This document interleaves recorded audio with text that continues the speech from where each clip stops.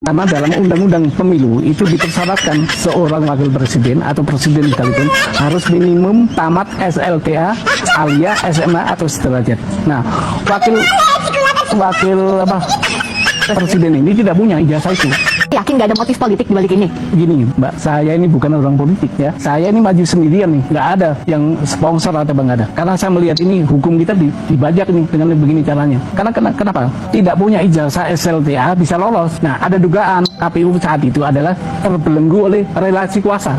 Saya lebih sayang negara hukum saya diacak-acak dengan cara ini. Nah, itu kan interpretasi Pak Subhan. Diacak-acak itu versi Pak Subhan kan, versi 1 jiwa dari 270 juta, sekian puluh juta mengatakan nggak ada itu diacak-acak, nggak ada itu. Jadi kita jangan membangun sebuah opini yang ya justru ini opini yang mengacak-acak hukum yang dibangun oleh Pak Subhan, silakan dijawab. YouTube Nusantara.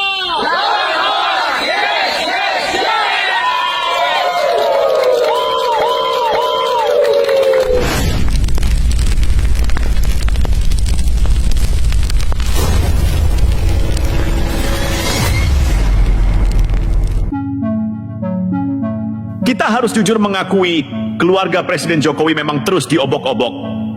Dari dulu sampai sekarang selalu ada saja yang dicari untuk dijadikan bahan serangan.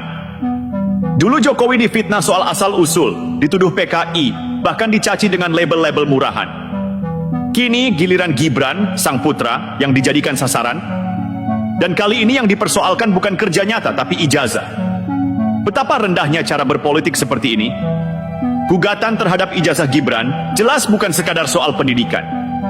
Ini adalah skenario politik untuk menjatuhkan legitimasinya sebagai wakil presiden.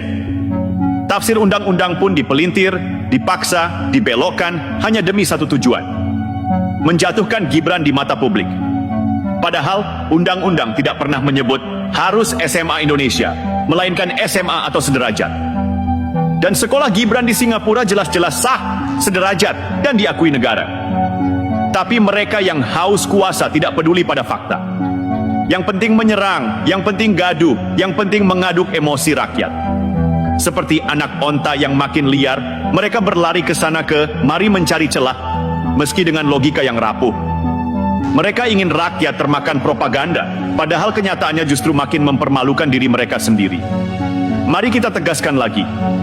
Gugatan ini bukan upaya mencari kebenaran, tapi manuver politik penuh kebencian. Kalau memang peduli pada hukum, seharusnya yang digugat adalah KPU, bukan Gibran. Tapi karena motifnya adalah menjatuhkan pribadi, maka sasaran pun diarahkan ke sosok muda yang sedang menjalankan amanah bangsa. Rakyat tidak boleh diam. Kita tidak boleh membiarkan demokrasi dijadikan panggung sandiwara oleh segelintir orang yang iri hati. Hari ini Gibran yang digugat, besok bisa siapa saja. Kalau permainan fitnah ini dibiarkan, maka tidak ada lagi batas antara kritik sehat dan kebencian buta. Keluarga Jokowi memang terus diguncang, tapi semakin diguncang, semakin kokoh pula mereka berdiri.